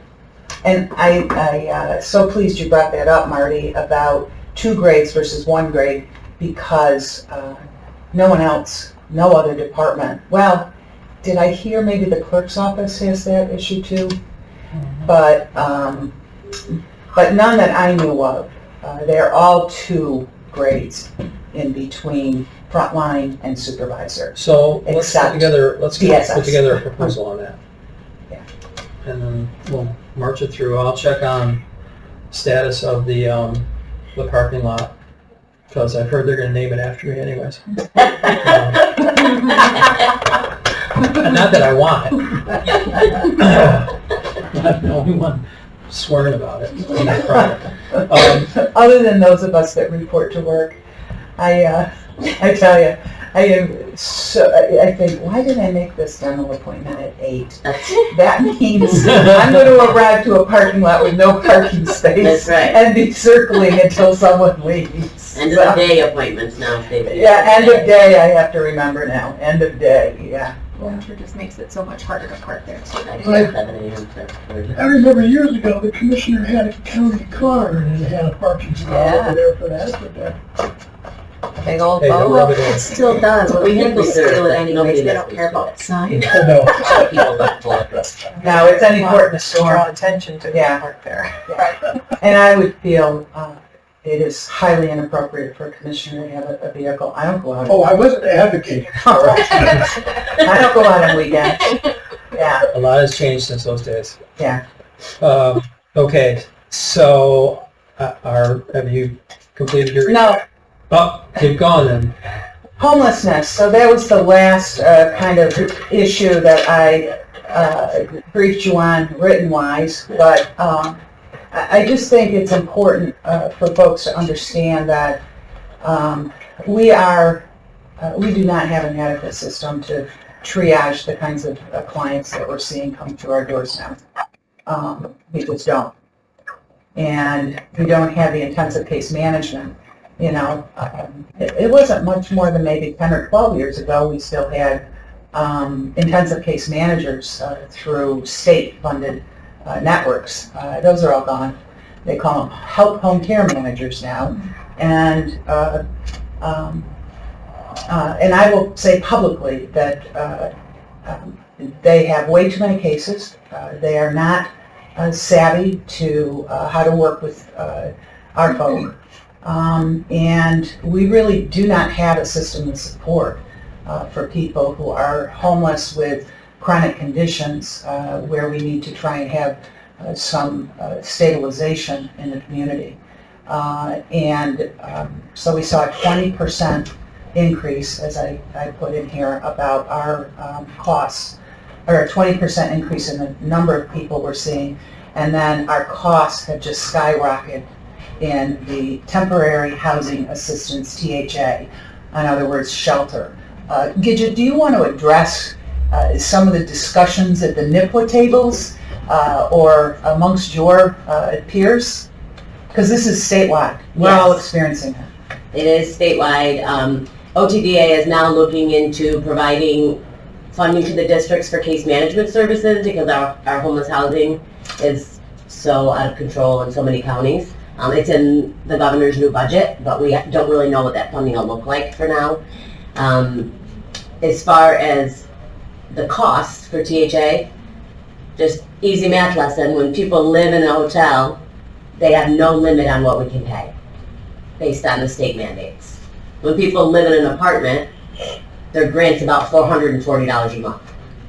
So the state allows us to pay $4,000 a month if they're in a hotel with no supervision. They mandate, not only allow, they mandate us to pay that under this THA program that Stacey's referring to. But because their permanent grant is $440, as you all know, with the way apartments are nowadays, we can't get them into apartments. So they're stuck in this cycle. We've had people that are employed full-time that are still in hotels because they can't Is that find the apartments. same amount throughout the whole state? Every county has a different shelter allowance.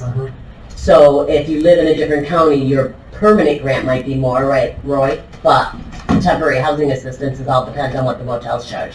Like Rockland County, obviously is gonna charge more for a hotel, right, than us. So their costs are gonna be a lot higher. So we have good discussions at the state level. I'm a big advocate that they incentivize homelessness. The state really hasn't done anything to try to assist districts to move people into permanent housing. They're just promoting people to stay homeless so that they can remain in hotels. But it's been a big challenge, especially during Code Blue. So we're fortunate that we have the support of the city of Oswego and the warming center that we have in the city. We're not as fortunate in other communities yet to have warming centers, but that does save a little money during the winter months when we're required under the executive order to house people. Well, they got creative as well, the state did. And they said to counties, we may have more money for you, but you have to 40% match it. So, From local government. So you can't even reach out to an entity who has money and say, hey, we get you more money, but there's a match involved in here. And the state is now saying, sure, Oswego County, we'll give you $100,000 more, but you have to local share 40% of it right up front. So is that a program that you work with, Brian, or okay. For you. But Okay. the problem with that is they told us that in November. Yeah. Like I was going to them in November, saying you need 40% more to possibly And get yeah, more they've money. done the same with Code Blue. That That's they use youth homeless. youth, yeah. What age is that considered? Well, they'll have a youth up to 21. Ours is 18 to 24, So yeah, up to it'll be the 24. I same. don't know if yours is the same. Right, but Up to 18 with the. 18 and then. Right, for kids. But, you know, the other challenge to that is we're advocating right now saying, I don't want to get off our topic, but we're advocating right now saying, if you're going to give us like youth development funding, then let's just put it all in one pot. Because as they can tell you, that with mental health and everything, then you need the other branches other than just somebody dealing with homeless. You need to be able to spend money, whether it's with Farnham or wherever it may be. So, but with the current runaway homeless structure, you can't really do that. Mhm. But if you want to say we got more money for you, put it in a pot where you're not going to make local government match it, and you have more flexibility of moving it around.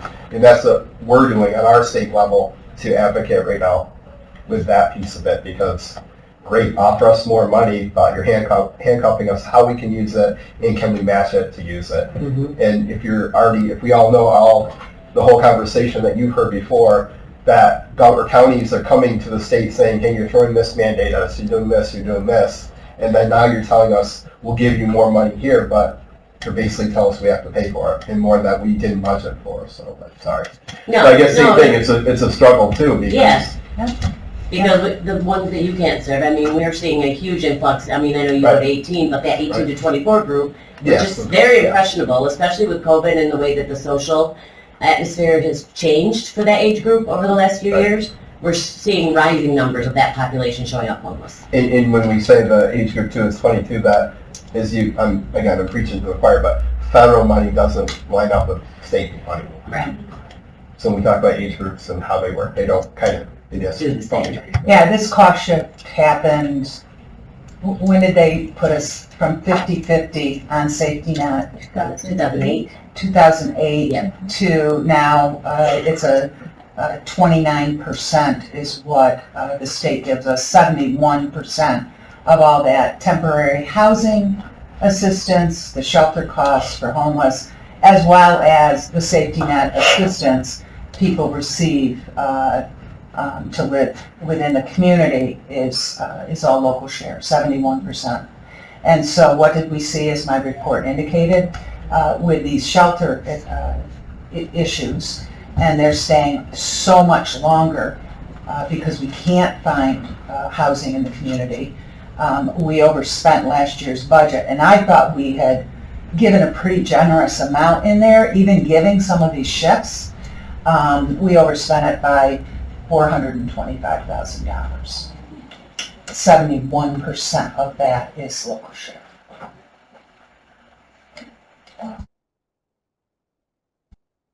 Now, we've made some progress, and in my annual report, we'll talk about some of that progress. We've got a couple of faith-based vendors, agencies who are stepping up to the plate with pre-transformation, and Actually, I don't know.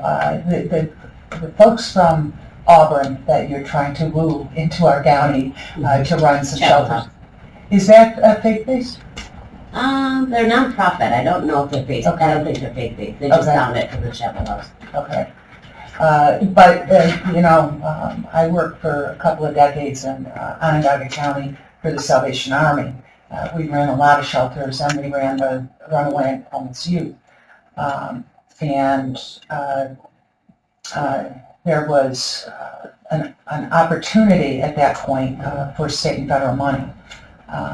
And that's just, you know, the state says, well, you know, get that private agency to do a homeless housing assistance program, HHAP. Having done one of those, 3 big binders about that tall was our application.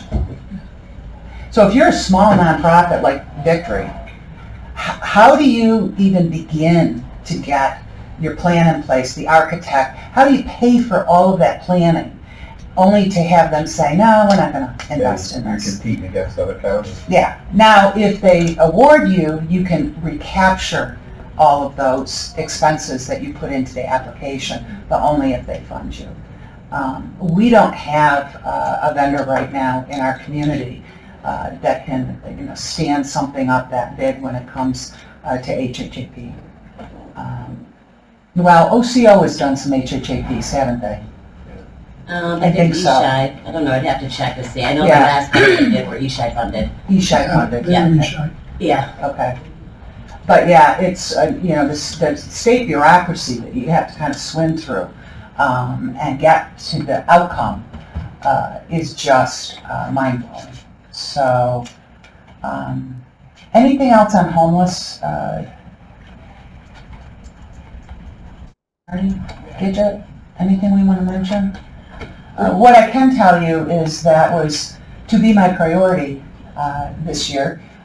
It'll be my priority for half this year. And we will save money if we can stand up some more shelters instead of use of motels. And we will have better services for those homeless folk. And we will do right by people who are the neediest of the needy, the poorest of the poor, and frankly, the mission that I was here to serve are for the folks who don't have a voice, that are invisible in our communities, and are really been given a kick right out the door by the state funding sources and by our state. And I might just go the day after I retire and have a talk with the governor about all that. Do that. We did talk with Mike and his team at Oswego Health. We had a meeting last week. Yeah, the week before, yeah. Because, you know, what happens is if we can't find any place for them, they can linger in the ER or in the hospital. Well, I've heard on that regard, hasn't the Family Welcome Center been somewhat useful in that? This is a BOCES and OCO joint thing, and there's 2 locations? We're using them for outreach sites, Yeah. but not anything with the homeless. We're using them for job search. I mean, they could be showing up there independently that we're not aware of, Okay. but they haven't communicated. Oh, okay. Was there some program that was happening where they're training the Oswego PD having to do with something that, though Oswego got funded to have, Oswego PD has mental health trainer of some sort where they're able to talk about how to deal with some of the homeless people to try to avoid them from ending up in the ER? Not necessarily homeless, but anyone where law enforcement is responding to someone who's having a mental health crisis, and how to better de-escalate and not have to arrest, which you know, jail is not therapeutic. So and those to me are the types of things that we need to look at trying to do. You know, I mean, it's not necessarily an issue of just, you know, throwing money at things. It's what do we what program do we throw it at? Right. And how do we serve these folks here? You know, the people who are coming in and kind of lingering on safety net assistance. Yeah. How do we move them quicker into SSI? Because that's really where they belong. Because Well, isn't that a function of happening in your office of qualifying them somehow, or? A small amount. There's certain state regulations that if you're disabled for a certain period, it's a requirement to apply, yes. But the appeal process and once they sign up with a lawyer, we can no longer advocate on their behalf because they have attorneys. And the appeal process can take years. I mean, that's 3, sometimes 4 years before they can even get through it. Last thing on the homeless front, Coach and the October forum that was held. Is any results from that, or is it all just chatter and no action? I have not heard of any results. Are you on Coach now? I am on Coach. The last few months I've been kind of Yeah. in the employment side trying to get my Yeah. sea legs. Jackie goes. Jackie's been going. We have several reps on that. On So Coach. I can check with her to see if there's been any additional. I forget what it stands for, but it's the county's homeless, private kind of volunteer group. Between several counties. Yes. It's our subcommittee. Is it several Coach is our counties now? subcommittee. Yeah, it's Coach is our subcommittee Our for our subcommittee. POC. Yes. Yeah. yeah, basically it's the Housing and Homeless Coalition. I don't Housing think we and- talked about yes. the October thing. You didn't? Yeah, I didn't get to the last meeting, but I don't. I Okay, didn't I'll see check it. with her though and let you know. There was no results or anything shared regarding Some counties are looking to host their own shelters. I would not in any way, shape, or form recommend that. Can you imagine trying to staff a shelter under civil service? Under union? But they do need programs and services with structure, That's right. because people, especially if they have addictions or mental health issues, some of the people with mental health issues are going back out on the streets and doing whatever they need to do in order to get put back in jail, because they feel safe there and they get food and shelter. We just have people just constantly cycling through the whole thing. Donate to that. Okay. And I did misspeak. They did talk about, I did share results of what the concerns were, and there were no action items that were put there. So there is a report that is together. Okay. And again, normalize this. Every county is dealing with this. They call us about our warming shelter.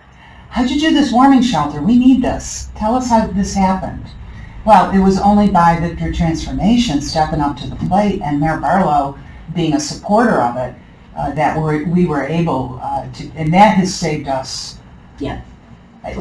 A lot, yeah. I mean, we could do somewhat of a cost analysis on it if any of us had time to dive in. Well, and before that was when code blue, goes below, 32 degrees, people report homeless so they could get on a Friday afternoon at 4:30 after DSS main office is closed, they get put in a hotel, they have a big party all weekend, and then they get thrown out. Yep. And you also have to take into consideration that the OCOs of the world and such are dealing with the same thing we are with staffing. Yes, they are. Struggling to staff a little bit. Yeah. We're down 11. At Arise? I took the place of 10 of them. They said that they're seeing it. Okay. And on a positive note, Yes, go ahead. that's Kyle Perez, as you knew, coordinator of recreation. Oh, hi, new coordinator. Recreation. Kyle, is that it? Yes. Okay, nice to meet you, Kyle. If you want to have these that the group would like to see it, they can say that. I have all the busted lines, if they would like to see all the different options. You guys can- Legislators, take a look at those if you want. There's, we're designing new wraps for the buses. Really interesting. Okay, I will look for, Make a motion to adjourn. Is there a second? We have a second. All those in favor? Thank you.